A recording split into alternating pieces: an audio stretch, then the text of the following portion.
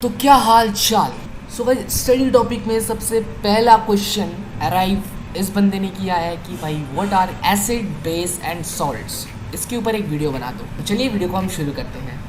तो सबसे पहली चीज़ अगर मैं तुम लोगों से पूछूं कि what are the differences between these two, तो सबसे पहली बात तुम लोग मुझे ये बोलोगे कलर, दूसरी चीज़ अपीयरेंस और then so on. So now if we go more inside then the lemon juice will taste like सोर।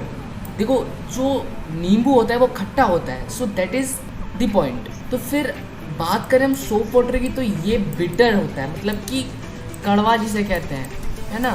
तो भाई टेस्ट मत कर लेना इसको, मैं कह रहा हूँ क्योंकि ये साइंटिफिकली प्रूव्ड है कि सोप वाटर कड़वा होता है। अब जाकर साबुन पानी में घोल के पी ना लो, तो don't try this at home. तो ये जो होता है ये खट्टा होता है और ये कड़वा होता है। So now again the question arrives कि ये कड़वा क्यों होता है और ये खट्टा क्यों होता है। ये इसीलिए खट्टा होता है क्योंकि this is acid and this is base. So ये खट्टा क्यों है? बिकॉज इसका जो नेचर है दैट इज एसिड, और ये कड़वा क्यों है? Because it's nature is base. समझ में आया ना। तो अब कोई सोच रहा होगा कि भाई ये बोल क्या रहा है, एसिड क्या होता है और भैया इधर ये बेस क्या होता है। सबसे पहले हम आ जाते हैं एसिड में।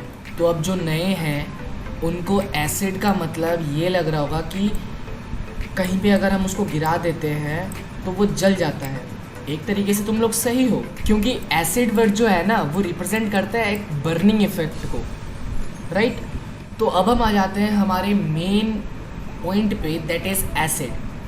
तो गाइस ये जो एसिड वर्ड है ना ये एक लैटिन वर्ड से बना है, that is acidus. Acidus represents the सोर, मतलब खट्टापन। So now the question arrives कि जितने भी एसिड हैं क्या सारे के सारे टेस्ट में खट्टा होता है? So the answer is yes, but intensity of sourness varies in different acids. It means हर एक एसिड में सेम खट्टापन नहीं होगा, किसी में ज़्यादा होगा तो किसी में कम होगा। So these are the examples of citric fruits which contains acid. Grapes हो गया, लाइम हो गया, लेमन हो गया, ऑरेंज हो गया। कभी फिजिकली इसको टेस्ट करना, जब तुम इसको खाते हो तो तुम्हें थोड़ा बहुत खट्टापन महसूस होता है। So that is all about acid, क्योंकि इनका जो नेचर होता है वो एसिडिक होता है। Fine. So our next point, that is soap water. Soap water taste bitter. So this is base. So this is also called alkali. So now what is base? Simple सी चीज़ है, mild or bitter taste in any compound that is known as base. इसका मतलब ये है कि हमें एक compound लेना है, like this is water and this is, let us take soap. okay, so जब ये सोप पानी के अंदर जाकर जब ये घुलेगा तो this will become equals to soapy water. तो ये जब इस वाटर को जब छुएंगे, when we touch it so we feel soapy.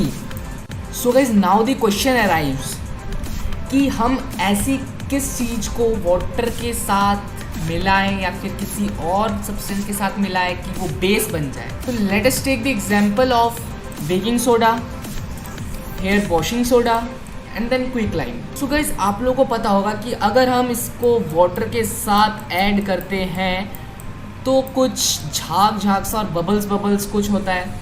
अगर हम वॉशिंग सोडा को भी अगर हम वाटर के साथ ऐड करते हैं तो हमें कुछ वैसे ही झागपन, थोड़ा मतलब सोपी सा हमें सब्सटेंस मिलता है।